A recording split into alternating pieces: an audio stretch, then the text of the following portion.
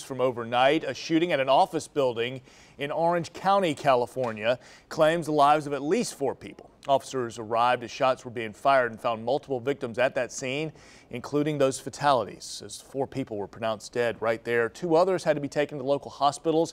One of those brought to the hospital is the alleged gunman, and at least 1 victim was a child. As far as we know, it was an actively evolving situation, so it was not contained to just one area. I don't want to give inaccurate information, but I can tell you it was a moving situation, so there was several areas involved. So police say the situation has been cleared and there is no threat to the public anymore.